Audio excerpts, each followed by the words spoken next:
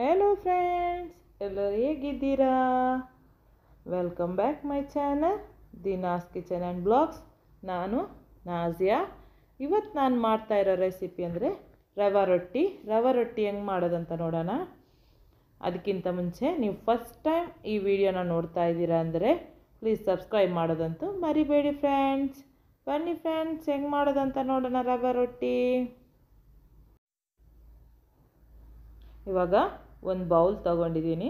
ಈ ಬೌಲಿಗೆ ನಾನು ರವೆ ಹಾಕ್ಕೊಂಡಿದ್ದೀನಿ. ಬಾಂಬೆ ರವೆ ಅಂತ ಹೇಳ್ತೀವಲ್ವ, ಆ ರವೆನ ಹಾಕಿದ್ದೀನಿ 1 ಕಪ್ಪಷ್ಟು. ಆಮೇಲೆ ಸಣ್ಣ ಕಪ್ಪಲ್ಲಿ 1 ಕಪ್ಪಷ್ಟು ನಾನು ಅಕ್ಕಿ ಹಿಟ್ಟನ್ನ ಹಾಕ್ಕೊಂಡಿದ್ದೀನಿ ಕ್ರಿಸ್ಪಿ ಬರೋಕ್ಕೋಸ್ಕರ. ಆಮೇಲೆ ಇದಕ್ಕೆ ನೀವೆಷ್ಟು ಬೇಕಾದರೂ ತೊಗೋಬೋದು. ಕೊತ್ತಂಬರಿ ಸೊಪ್ಪು ನಾನು ಒಂದು 2 ಸ್ಪೂನಷ್ಟು ತೊಗೊಂಡಿದ್ದೀನಿ. ಆಮೇಲೆ 3 ಆನಿಯನ್ನ ಫೈನ್ ಚಾಪ್ ಮಾಡ್ಕೋಬೇಕು ಸಣ್ಣಗಾಗಿ. ಆಮೇಲೆ ತುರಿದಿರುವಂಥ ಕ್ಯಾರೆಟು, ಇದು ಕರ್ಬೇವಿನ ಸೊಪ್ಪು 1 ಕಪ್ಪಷ್ಟು ತೊಗೊಂಡಿದ್ದೀನಿ. ಆಮೇಲೆ 1 ಸ್ಪೂನು ಜೀರಾ. ಆಮೇಲೆ ಇದು 1 ಕಪ್ಪು ಚಿರೋಟಿ ರವೆ. 1 ಕಪ್ ನಾವು ರವೆ ತೊಗೊಂಡ್ರೆ 1 ಕಪ್ಪು ಚಿರೋಟಿ ರವೆ ತೊಗೋಬೇಕು. ಆಮೇಲೆ ಇದಕ್ಕೆ 2 ಗ್ರೀನ್ ಚಿಲ್ಲಿನ ಕಟ್ ಮಾಡ್ಕೊಂಡು ಹಾಕ್ಕೊಂಡಿದ್ದೀನಿ. ಇದು ಸಾಲ್ಟು, ರುಚಿಗೆ ತಕ್ಕಷ್ಟು ಉಪ್ಪು ಹಾಕ್ಕೋಬೇಕು. ಇದನ್ನು ನೀರು ಹಾಕ್ಕೊಂಡು ಮಿಕ್ಸ್ ಮಾಡ್ಕೋಬೇಕು. ಅಂದರೆ ಒಂದೇ ಸಲನೇ ಹಾಕೋಕೆ ಹೋಗಬೇಡಿ, ಸ್ವಲ್ಪ ಸ್ವಲ್ಪನೇ ನೋಡ್ಕೊಂಡು ಹಾಕ್ಕೊಳ್ಳಿ. ಹಾಕ್ಕೊಂಡು ಚೆನ್ನಾಗಿ ಮಿಕ್ಸ್ ಮಾಡ್ಕೋಬೇಕು.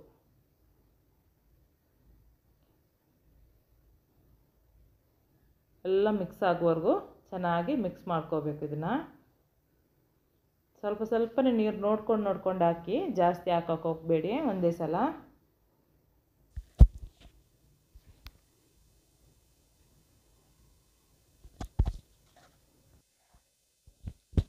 ಇವಾಗ ಚೆನ್ನಾಗಿ ಮಿಕ್ಸ್ ಆಯ್ತು ನೋಡಿ. ಈ ಹದಕ್ಕೆ ಬರಬೇಕು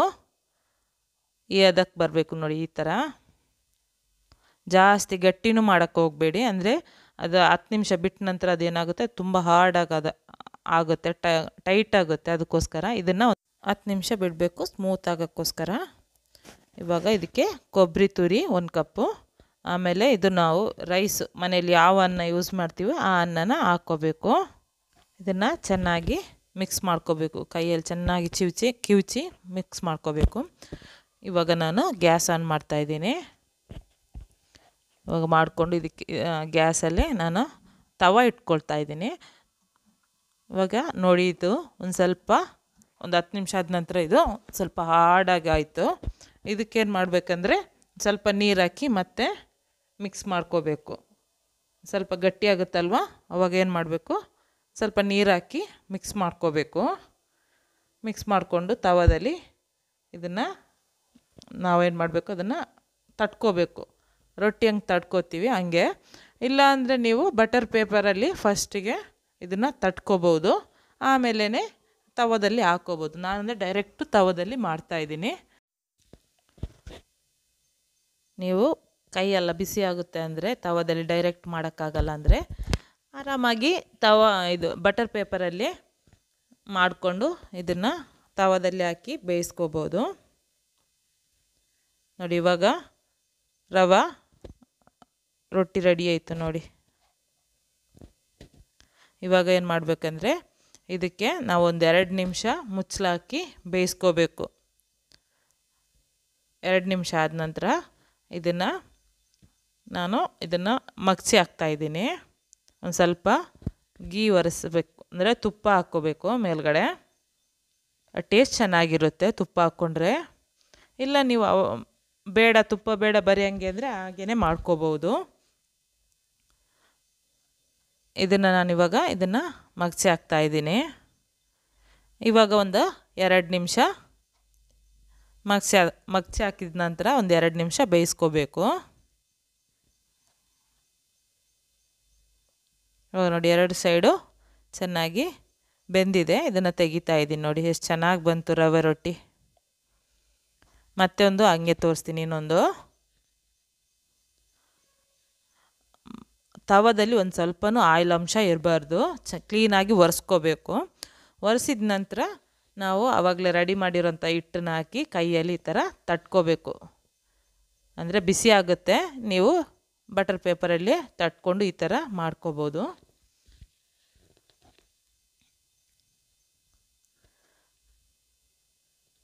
ಮುಚ್ಚಲಾಕಿ ಒಂದು 2 ನಿಮಿಷ ಬೇಯಬೇಕು.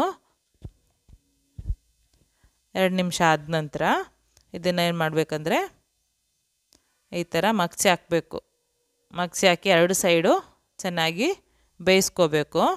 ಒಂದು ಸ್ವಲ್ಪ ಗೀ ಎಲ್ಲ ಹಾಕಿ ತುಂಬಾ ಚೆನ್ನಾಗಿರುತ್ತೆ, ಟೇಸ್ಟಿಯಾಗಿರುತ್ತೆ ಈ ರೆಸಿಪಿ. ಆಮೇಲೆ ಬ್ರೇಕ್ಫಾಸ್ಟ್ ಅಂತೂ ಇಮ್ಮಿಡಿಯೇಟಾಗಿ ಆಗುತ್ತೆ. ಮಕ್ಕಳಿಗೆಲ್ಲ ಇವಾಗ ನಾವು ಸ್ಕೂಲಿಗೆ ಲಂಚ್ ಬಾಕ್ಸ್ ಎಲ್ಲ ಕಳಿಸ್ಬೇಕಲ್ಲ, ಇದು ತುಂಬಾ ಚೆನ್ನಾಗಿರುತ್ತೆ ಈ ರೆಸಿಪಿ. ನೀವೆಲ್ಲ ಮನೆಯಲ್ಲಿ ಟ್ರೈ ಮಾಡಿ ಫ್ರೆಂಡ್ಸ್. ಟ್ರೈ ಮಾಡಿ ಹೆಂಗಾಯಿತು ಅಂತ ನನಗೆ ಕಮೆಂಟಲ್ಲಿ ತಿಳಿಸಿ. ಹಾಗೆಯೇ ನಿಮ್ಮ ಫ್ಯಾಮಿಲಿ ಫ್ರೆಂಡ್ಸಿಗೆಲ್ಲ ಶೇರ್ ಮಾಡಿ. ನೆಕ್ಸ್ಟ್ ಹೊಸ ರೆಸಿಪಿಯೊಂದಿಗೆ ಬರ್ತೀನಿ. ಬಾಯ್.